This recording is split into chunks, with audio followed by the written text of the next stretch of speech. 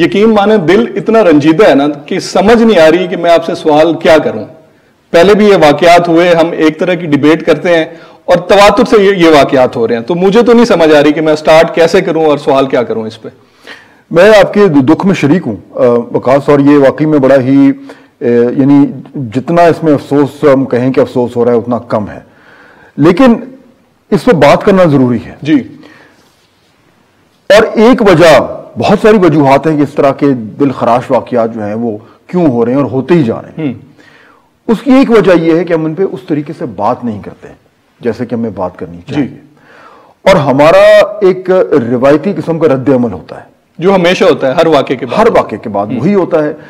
وہ اس طرح کا رد عمل ہے کہ آپ بغیر سوچے سمجھے وہ باتیں کرنا شروع کر دیتے ہیں, وہ ریاکشن دینا شروع کر دیتے ہیں, اور یعنی لگتا یوں ہے جیسے کہ وہ کوئی ایک ایس او پی ہے آپ نے بنا کے رکھا ہوا ہے, اور جب بھی کوئی ایسی چیز ہوگی تو آپ اپنی دراز کھولیں گے, اس میں سے وہ فائل نکالیں گے, اسے کھولیں گے اور اس کو پڑھ دیں گے, پڑھ کے اس کو بند کر کے دراز میں واپس رکھیں گے, تالا لگا دیں گے اور ویٹ کریں گے خدا نخواستہ کہ جب اگلی باری کو ایسا واقعہ ہوگا جو کہ بدقسمتی سے ہوتا ہے تو پھر آپ وہی کام کرتے ہیں, دراز کھولتے ہیں, فائل نکالتے ہیں, پھر وہ پڑھ دیتے ہیں اور اس کے بعد اللہ اللہ خیر صلاح. یہ ہمارے ہاں یہ ایک عجیب سی صورتحال ہو گئی. اور میں آپ کو بتاؤں وقاص کہ اس میں نہ صرف یہ کہ ہم سب اس میں اس کے ایک طریقے سے ذمہ دار بنتے ہیں, چاہے وہ حکومت ہو, چاہے وہ سیاسی جماعتیں ہوں, چاہے وہ اسٹیبلشمنٹ ہو, چاہے وہ ایک عام پاکستانی ہو, چاہے وہ میڈیا ہو.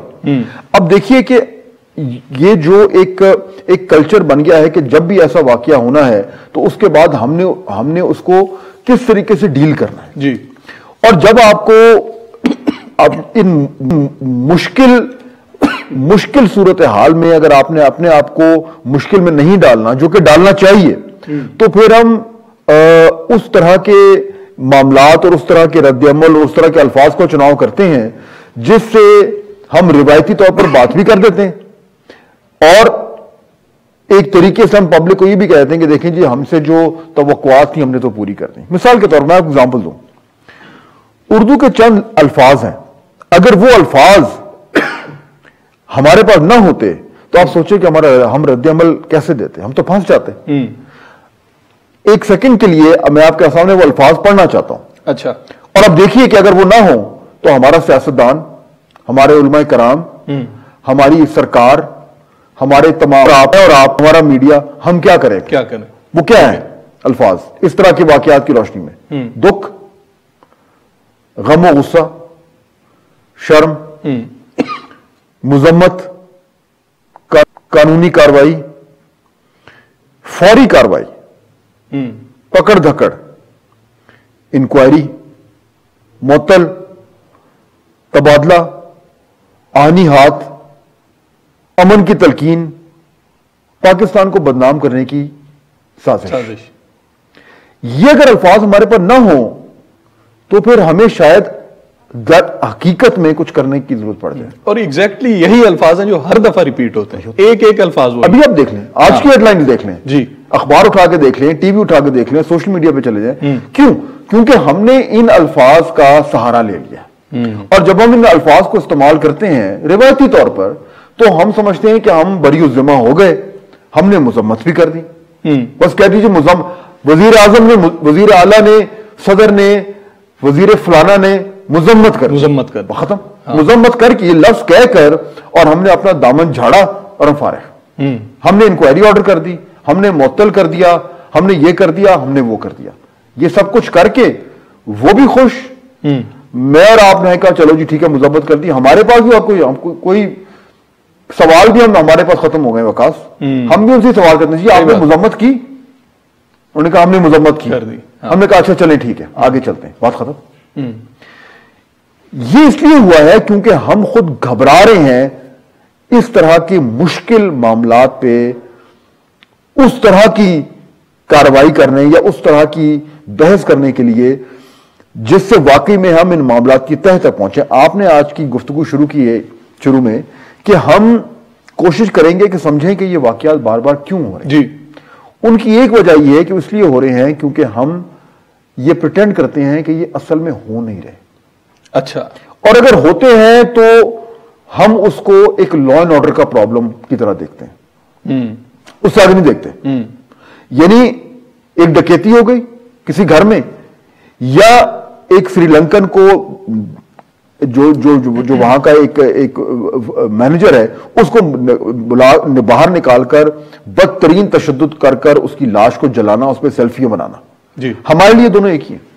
اچھا دیکھیے جب آپ لا اینڈ آرڈر کی طرح ایک استعمال کرتے ہیں, دیکھتے ہیں, تو پھر کیا ہوتا ہے؟ پھر یہ ہوگا نا, آپ نے ایف آئی آر کاٹ دی, آپ نے ان لوگوں کو گرفتار کر لیا, پولیس ہو گئی, وزراء ہو گئے, انتظامیہ ہو گئی, حکومت ہو گئی, سب نے کہا دیکھیں جی گرفتار تو کر لیا ہم نے جیل میں بھی ڈال دیا, کل کو ہم ان کو باہر لے کے آئیں گے تو میرے اور آپ کے, ہمارے ڈان نیوز کے اور دیگر ٹیلی ویژن چینل سے کیمراز وہاں پہ موجود ہوں گے, وہ ان کی فلم بھی بنائیں گے, ان کے منہ پہ انہوں نے وہ لپیٹی ہوگی, کپڑا سے لپیٹا ہوگا, پھر انہیں کہیں گے جی عدالت میں چلے گئے, عدالت انہیں جیل بھیج دے گی, 5-6 دن گزریں گے, پھر ہماری پی ڈی ایم کے معاملات شروع ہو جائیں گے, بات ختم.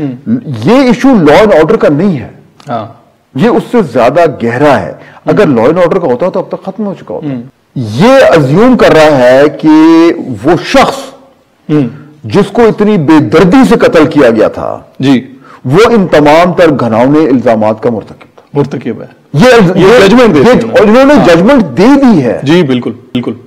اب اس میں دو بڑے سیریس پرابلم ہے وقاص, جس کا ہمیں اعتراف کرنا چاہیے. پہلی چیز کہ ہم نے اتنا گھناؤنا الزام, یعنی دیکھیں نا, اگر کوئی توہین رسالت کر رہا ہے تو یہ تو کوئی مسلمان بھی برداشت نہیں کر سکتا. بالکل ہمارے ایمان کا حصہ, اس میں تو دو رائے نہیں ہے. بالکل.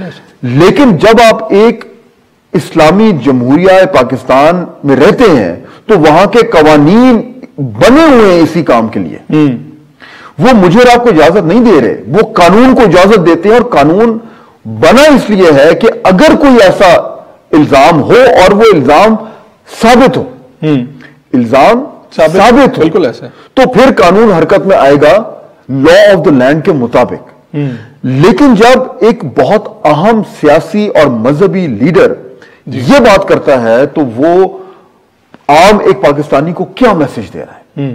وہ یہ دے رہا ہے کہ جناب یہ اس لیے ہوا ہے کیونکہ ریاست نے وہ کام نہیں کیا تھا.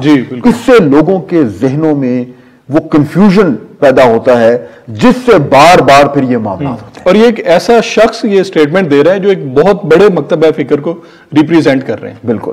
اور اس میں دیکھیے یہاں جہاں مجھے یہ سٹیٹمنٹ پڑھ کر انتہائی دکھ ہوا, اور مجھے یہاں تک کچھ حد تک یہ اطمینان ہوا کہ لوگوں نے اس بیان کے اوپر وہ رد عمل دیا ہے جو دینا چاہیے. سوشل میڈیا پہ دیکھیں, اہم لوگوں نے اس پہ بات کی اور کہا ہے کہ مولانا صاحب یہ آپ نے غلط بات کی ہے, یہ آپ نے, اسے کہتے ہیں وکٹم بلیمنگ, کہ جو شخص جس کے ساتھ یہ اتنا یعنی بہیمانہ تشدد اور جس کا قتل ہوا ہے, آپ ایک طریقے سے انڈائریکٹلی اس کو بلیم کر رہے ہیں.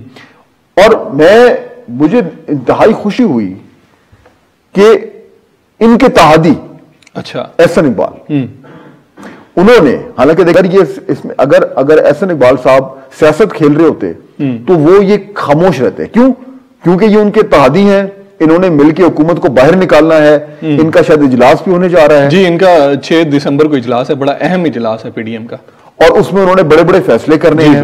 اور احسن اقبال صاحب, یہ مولانا صاحب جو ہیں یہ پی ڈی ایم کے صدر ہیں. بالکل. اور احسن اقبال صاحب جو ہیں وہ پی ایم ایل این کے سیکرٹری جنرل بھی ہیں. بالکل. لیکن انہوں نے اس ٹویٹ کے اوپر احسن اقبال صاحب نے کیا جواب دیا, وہ بھی شاید آپ کے پاس ہے. جی بالکل. احسن اقبال صاحب نے کہا ہے, یہ ٹویٹ ہم اسکرین پہ بھی چلا دیتے ہیں, انہوں نے اس پہ ریپلائی کیا اور انہوں نے کہا کہ بسط احترام مولانا صاحب, ایسے واقعات کی غیر مشروط مذمت ہونی چاہیے. اسلام اس طرح کی جنونیت اور ہجوم کے ہاتھوں غیر قانونی قتل کی اجازت کسی صورت میں نہیں دیتا. علماء کرام سے قوم توقع رکھتی ہے کہ وہ قوم کے اس معاملے میں رہنمائی فرمائیں. بالکل ٹھیک. اور دیکھیے احسن اقبال صاحب نے بالکل 100% درست بات کی اور بڑی کلیئرٹی سے بات کی, اور یہ یاد رکھیے کہ احسن اقبال صاحب وہی سیاستدان ہیں جن کو گولی لگی تھی. بالکل ایسا. اور ان کے سیاسی مخالفین نے اس معاملے کو سیاسی رنگ چڑھا کر اس طرح کے یعنی اشتعال انگیز بیانات دیے تھے جس کے نتیجے میں احسن اقبال صاحب پہ قاتلانہ حملہ ہوا تھا. ان کی وہ بچ گئے تھے، یعنی جتنا اللہ تعالیٰ کو شکر ادا کیا جائے اتنا کم ہے. وہ گولی، لیکن وہ گولی کھائی انہوں نے، اس کے باوجود انہوں نے یہ بات کی. آج واقعی میں یعنی ہماری جتنی مرضی ان سے سیاسی طور پر اختلافات ہوں، لیکن احسن اقبال صاحب نے آج بالکل درست کیا، اور ان کا جو سٹیچر ہے میرے خیال میں وہ آج پاکستان کی عوام کی نظروں میں بہت بڑھ گیا ہوگا. لیکن اس کے ساتھ ساتھ جو مولانا صاحب نے کہا ہے، یہ وہ پرابلم ہے، یہ اس کی عکاسی کرتا ہے جس کا آپ شروع میں ذکر کر رہے تھے.